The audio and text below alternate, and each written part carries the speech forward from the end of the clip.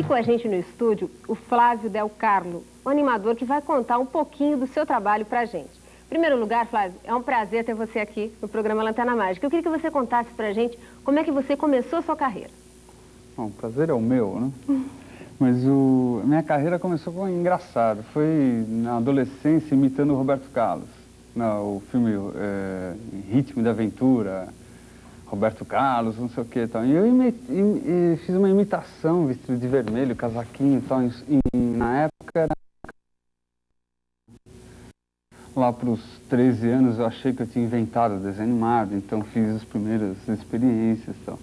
E depois eu comecei em Super 8. Comecei a entrar em festival de Super 8 e ganhar alguns prêmios. Aí a coisa começou a virar de brincadeira, virou sério. E de sério virou profissão. E hoje eu comecei em 35, fazendo já alguns curtas e trabalhando profissionalmente com isso. São Paulo, estrela do céu de minha pátria, bandeirante audacioso segredo do Brasil.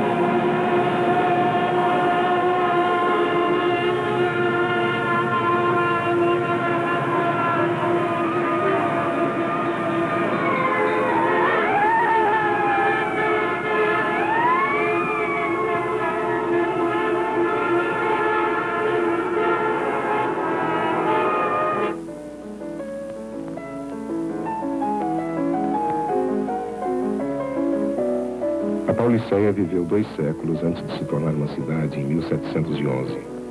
Até lá, a vila de São Paulo de Piratininga reuniu os conflitantes índios, jesuítas e bandeirantes sob o mesmo céu, limpo de venenos. São Paulo era mais uma escala entre o litoral e os intermináveis campos do interior. Um vilarejo que apenas ouviu do Ipiranga as margens plácidas, o brado heróico retumbante que nos separou de Portugal. O primeiro sinal do futuro surgiu em 1827, com a fundação da Academia de Direito do Lago de São Francisco. Jovens de todo o Império vinham a Pauliceia estudar as leis e fazer suas memoráveis farras acadêmicas. Oh, Adalgisa, sai à janela para ouvir meu cantar. Vem comigo amanhã ver as mágicas fotos que se movem. Coisa de lunáticos, meu amor. Em 1870, já éramos 30 mil habitantes precisando de um transporte coletivo. Instalou-se assim, em 1871, uma linha de bondes puxados a burro, ligando o então Largo do Carmo à Estação da Luz. E por falar em Estação da Luz, 6 anos antes havia sido realizada a primeira viagem de trem entre Santos e São Paulo. Mas, ó desgraça, o comboio tombou, matando o maquinista e um músico e ferindo gente que mais tarde viraria a rua. O barão de Itapetininga, o padre Pires da Mota, os conselheiros Ramalho e Brotero. Mas por que correr tanto perigo? A quem interessava um caminho de ferro até o litoral? Ao rei Café e seus barões. Era só mandar plantar, mandar colher, mandar exportar e desfrutar. Com a virada do século, o mundo não acabou, mas São Paulo mudou muito. O dinheiro do café se multiplicava no comércio e indústria nascentes. Fazendeiros enriquecidos tentam fazer do centro de São Paulo uma cidade europeia, já que o resto foi se ajeitando na periferia. O Império virou república e não há mais escravidão? É preciso de gente mais capacitada para mexer nas máquinas e atender a freguesia. E viva o progresso!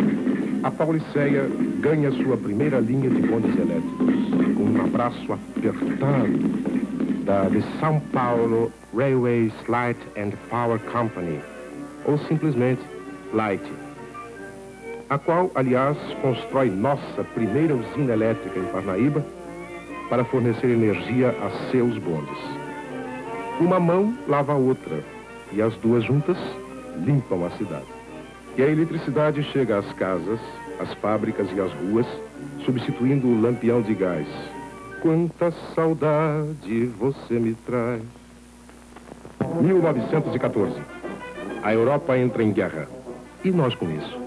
Já não temos como comprar produtos europeus. Precisamos produzi-los por aqui mesmo. O café financia. No Quiprocó, imigrantes em massa chegam à Pauliceia. E paulistano vira também. Paulistano pá. Paulistano.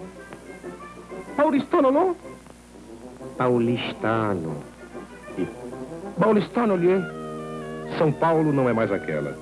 Um pouco de sua ebulição é retratada por doidos artistas e intelectuais na Semana de Arte Moderna de 1922. Uma heresia em pleno municipal, o Teatro à Milanesa, onde nossa aristocracia tradicionalista cultivava sua vontade de ser europeia. Senhores rádio ouvintes, o Uruguai sagrou-se o vencedor da primeira Copa do Mundo de Futebol, disputada em seu próprio país. Em Hollywood, a terra do sonho, o prêmio Oscar foi distribuído pela terceira vez aos melhores do ecrã, sendo o vencedor o filme Sem Novidades no Front. Sem novidades no front? Em São Paulo havia uma novidade. Um fronte revolucionário, liderado por Getúlio Vargas, acelerava o nosso processo de industrialização. Cada vez haveria menos lugar para a velha ordem e os velhos costumes. São Paulo reagiu às novidades na chamada Revolução Constitucionalista de 1932. Alguns paulistas, os cafeicultores, na defesa de seus privilégios ameaçados. Outros, na defesa da Constituição e do Estado de Direito. Todos eles foram derrotados. A partir daí, a Pauliceia seria cada vez mais uma fábrica, com suas vantagens e desvantagens. E atenção, as tropas de Adolf Hitler acabam de invadir a Bélgica, continuando a espalhar o terror por toda a Europa. O equilíbrio político e econômico mundial vai sendo rompido a cada avanço das tropas nazifascistas. Enquanto isso, em São Paulo, construía-se uma casa a cada 20 minutos, numa cidade novamente obrigada a produzir o que os europeus e norte-americanos, em guerra, já não podiam fornecer. Mas ainda se podia andar de charrete na Pauliceia, que tomava fôlego para seu grande impulso. A guerra acabou. A ditadura, Vargas também. Ufa. Agora São Paulo não cresce, incha, explode. Os nordestinos que fogem da seca, os europeus que fugiram da guerra, os que vêm do interior para trabalhar, os que vêm do exterior para aplicar. E se constrói na terra da garoa, da boemia, das longas noites de cada dia. Cena de sangue num bar da Avenida São João. E o paulistano vai trabalhar, mas também torcer pelo Corinthians. E olha lá, o Corinthians ganhou o campeonato do 4º centenário. E ninguém segura mais o Corinthians. E nem São Paulo. Você não pode mais parar. A caminho dos 3 milhões de habitantes.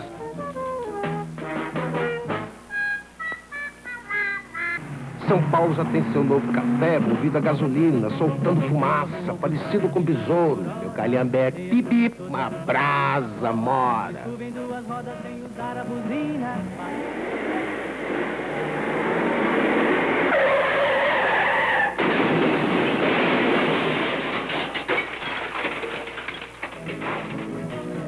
Jovem Guarda, televisão, tropicalismo, passeata. Quem segura essa loucura? Pena que a televisão não seja em branco e preto. Para mostrar São Paulo hoje, não precisa ser colorida. A Pauliceia é funcional. Cimento armado, avenidas, gente andando rapidinho pelos caminhos de baixo e de cima para produzir. Produzir é o que importa. Olhe para os lados. Hoje, em São Paulo, há quase 5 habitantes por metro quadrado. Muitos deles empilhados em caixas de concreto. A metade mais pobre da cidade não é servida por esgotos. E cada paulistano disputa seu médico com 1.200 outros. Há um veículo para cada 6 habitantes. Para que serve São Paulo? Para quem serve São Paulo? São Paulo cresce. E o que parece? Calma. Há lugar para todos. Ajeitem-se como puderem. Não sei se há lugar. O bonde acabou. Veio o metrô. Quem perdeu? Quem ganhou? Capitalizar a capital. É como disse um cantor do lado de lá. Tudo corre tão depressa, se você tropeça, não vai levantar. As motocicletas se movimentando. Os dedos da moça datilografando numa engrenagem de pernas pro ar. A Pauliceia é cinza. Seu pulmão está canceroso e vomita poluentes, fumaça negra, como o escapamento de um caminhão.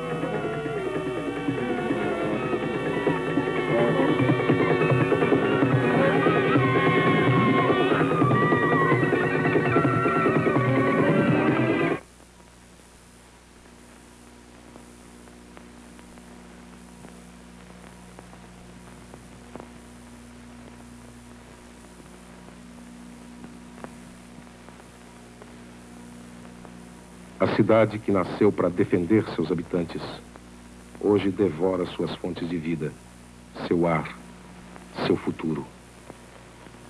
Devora eu, devora você, devora eu, devora você, devora eu, devora você,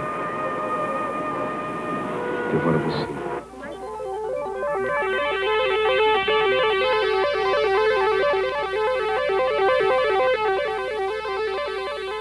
Eu sei que um dos seus trabalhos mais conhecidos é um desenho animado que chama Zubra Tzuma. Eu queria que você contasse como é que surgiu a ideia de realizar esse desenho, como ele foi realizado e o porquê desse nome tão estranho. Bom, o nome eu vou deixar para o final, mas o filme foi uma coisa de... Foi um verdadeiro parto. Ele estava...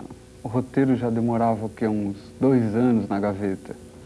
E quando você tem um roteiro muito tempo guardado, você fica pensando muito nele, arquitetando, melhorando, né?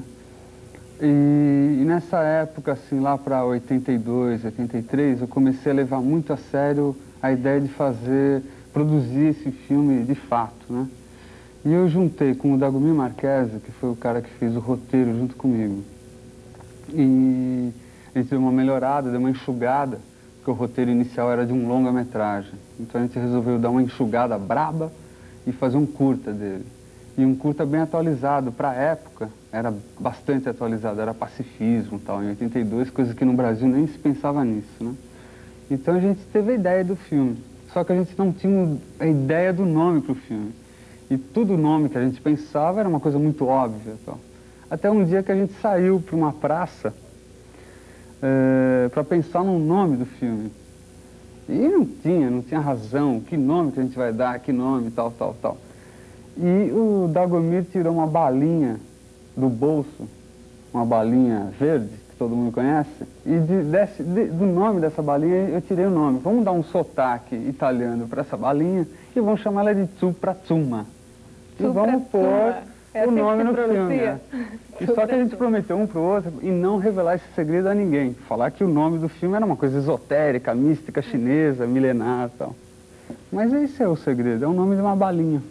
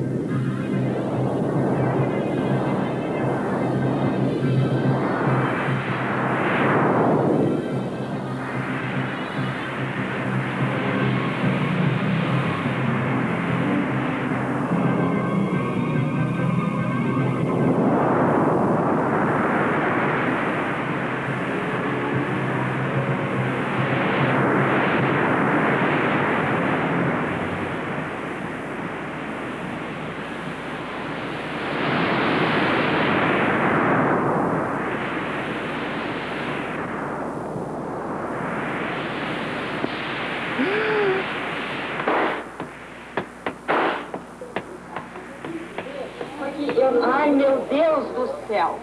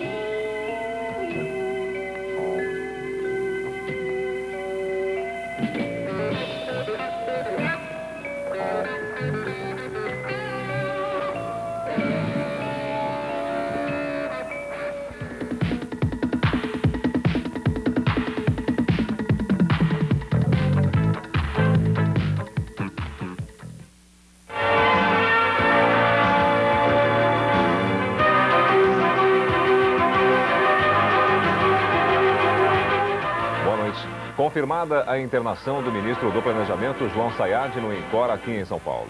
A nota oficial, divulgada agora há pouco, diz o seguinte: o ministro João Sayad foi internado ontem, dia 5, no Instituto do Coração do Hospital das Clínicas para esclarecimentos de natureza de processo febril.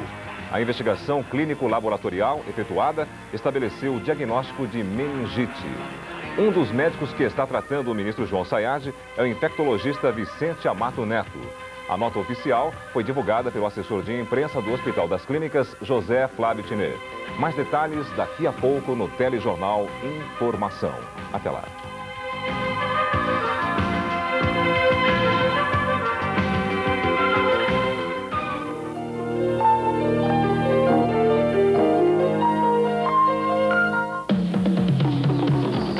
Nesta segunda, no Roda Viva, Celso Furtado, ministro da Cultura, responde perguntas de jornalistas e convidados. Roda Viva, segunda, 9h20 da noite.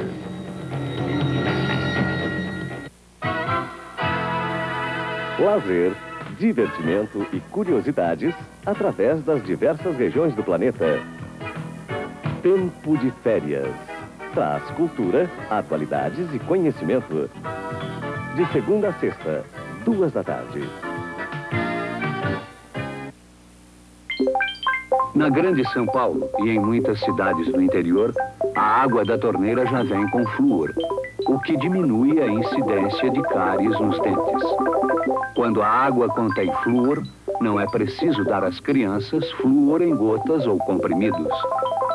Informe-se na prefeitura local se a água da sua cidade está ou não fluoretada. O que é ser mulher neste final de século? Não é vista como profissional, simplesmente uma empregada. E, sei lá, trabalhar na roça grávida não é fácil, não. Eu acho que a mulher não devia sofrer tanto, não. Ela deve ser muito mais bem tratada para trabalhar e produzir sempre melhor. Feminino Plural. As lutas e conquistas da mulher dentro de uma sociedade patriarcal. Primeiro programa da série. Domingo, 5 da tarde.